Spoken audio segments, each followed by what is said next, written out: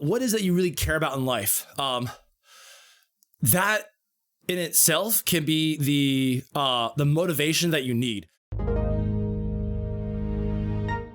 He says, Class Flap says, I've been struggling to find motivation to start working out again.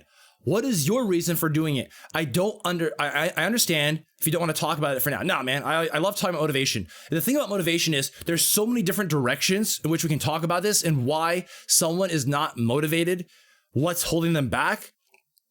And so, based on what the person is saying, I try to get a direction for this. And I asked Class Flap, what does he care about in life?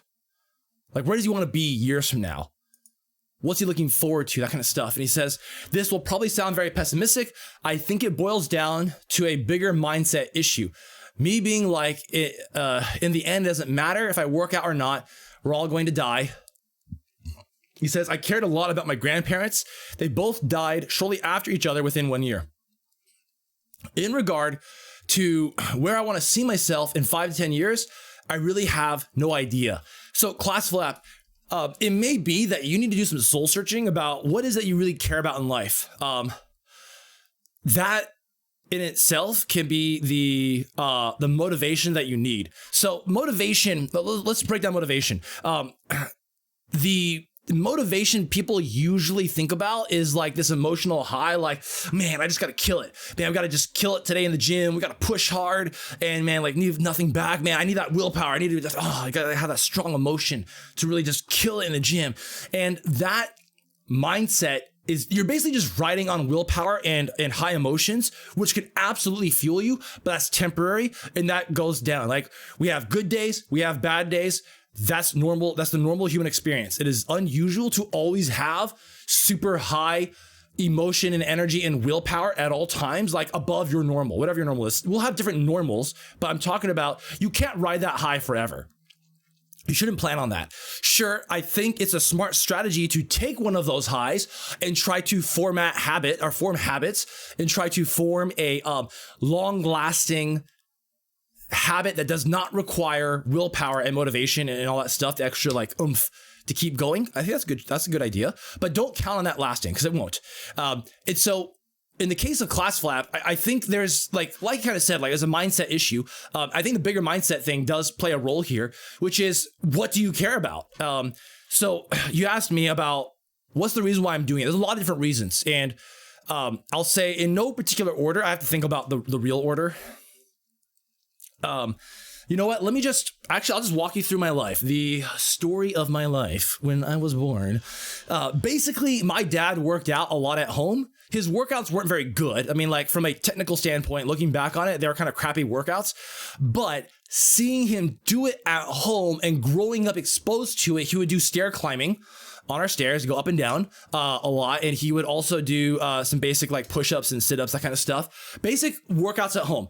It to me became very normal that it's a normal thing to do exercise and fitness, all that stuff. So I was exposed to it very early and I thought, okay, we should just do this. This is a normal thing. Like we all take shits and showers. We should all exercise too. That's just normal.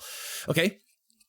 But growing up in high school, initially what motivated me was, of course, the ladies, wanting to get the ladies as a young high school guy.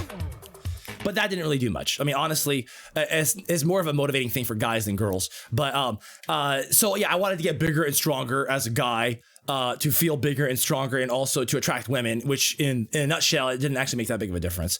But then in my 20s, I shouldn't say no one of these reasons superseded the other. It was just cumulative reasons to exercise. I want to point that out. So while the attraction to women and wanting to attract women started to play a role, I also still viewed exercise as normal, as everyone should be doing this and lifting weights, all that stuff. So, and then on top of that, in my 20s, I started to develop back issues. My dad had back issues. I was getting crippling back problems through all my 20s to where I could barely walk. And I was like in excruciating pain from just walking. And so, in those moments of like extreme blackout pain where I had to crawl to the bathroom in the middle of the night, that's how painful it was because I couldn't get up to walk. It would take 10 to 20 minutes to get to the bathroom at like 2 a.m. to go pee because every step that I took while crawling was excruciating.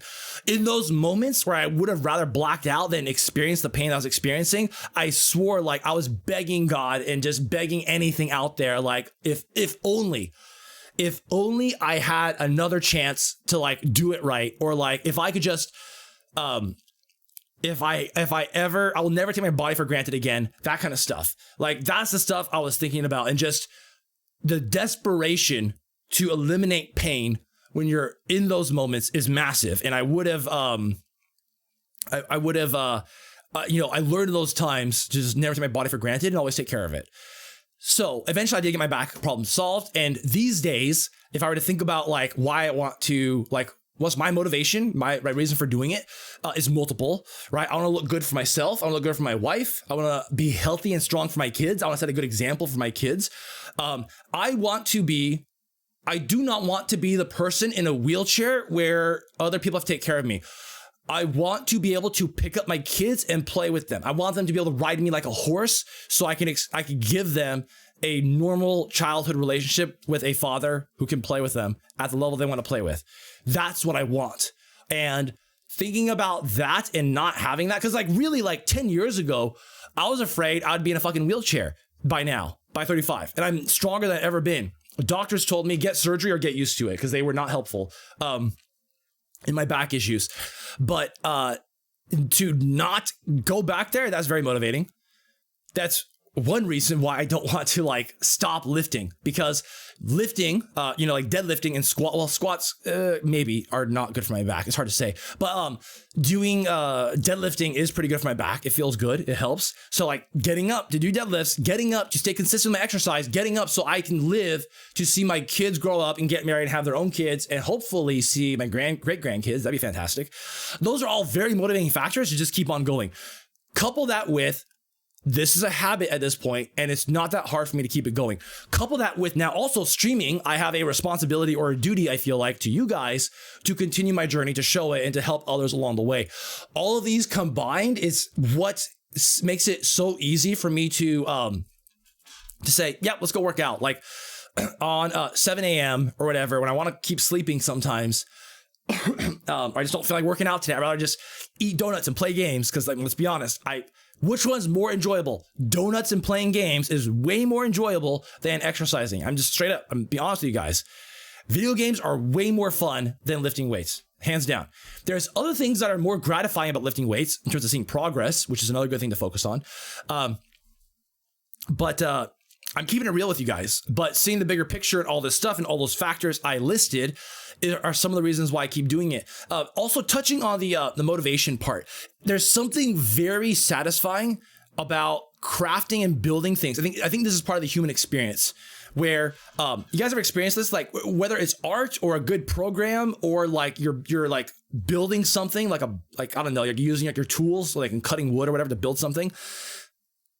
No one's around. It doesn't matter who sees it. It's just, there's something so satisfying about crafting something and seeing it work. And in some cases, you want to share that with other people out of joy. Like, this is so cool. This is so fantastic. I love it. Like, check this out, guys. There's something so strong about that. I think it's very, that speaks to the human condition of crafting and building something. And I'm telling you guys that the same type of experience exists with yourself once you learn how to craft and build stuff.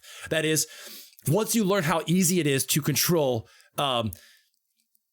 I should say easy, but I should say simple. How simple and non-confusing it is to build muscle and burn fat and kind of like bulk and cut and all that stuff, that you can actually take control of this, and not in some sort of like pathological controlling psychological behavior. It's just like you can own it and you can mold it and you can see progress.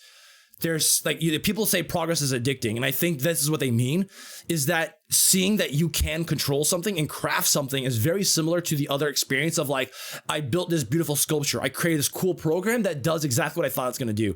Like, all of that stuff is so satisfying to do, and I think that's the same thing that I get out of the exercise stuff. So class flap. If you don't know what you want in life, I think that's something to think about too, because to me also exercise is a means to an end. All of those things that I said, almost all of them, exercise is not the end goal. It is a means to an end. I want to live to see my great grandkids. I want to not be in a wheelchair when I walk my daughter down the aisle. I do not want to have to use crutches. I want to be able to walk on my own accord. Exercise is a means to that end. It is not the end. So it'd be kind of boring if that was the end, but like this helps me achieve those goals. To be my healthiest, strongest version of me for my family, that exercise is a means to that end. So all of those things, it's a means to an end. Same concept with jobs, careers. Advice I have for young people is to keep in mind that like, I don't like the advice like chase your passion, chase your dreams, man. Just follow your passion. Don't work for the man. Don't work a dead end job for the man. I would say this. Yes. Don't make a dead end job be like your end, like life goal, but you don't have to derive happiness from your job. A job is a job. It brings you money.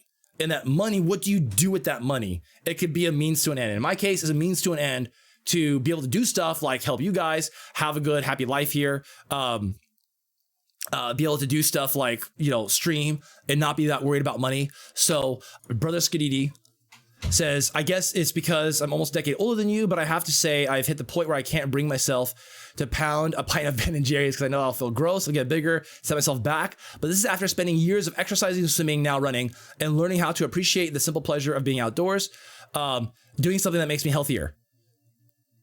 Yeah, so I think that's also another like looking at the bigger picture thing as well. Yeah, Berserk. Getting distracted with video games and like doing RPGs, for example, that feeling of accomplishment, all that also helps, gets you things done in real life. Now that I'm focusing on myself and don't play games as much. Yeah, that can also like playing video games can be very good at distracting yourselves from like the feeling of not getting anything done in real life. So anyway, all that being said, Berserk, Dr. K, DRK, go to check out Dr. K's stuff because he talks about this very concept too, or anyone else addicted to video games. He talks about addicted to video games and like what that does for us. If you like the content, comment and subscribe on YouTube. Also, follow us on Twitch and leave the notifications on. Feed your brain, feed your body, and see you next time.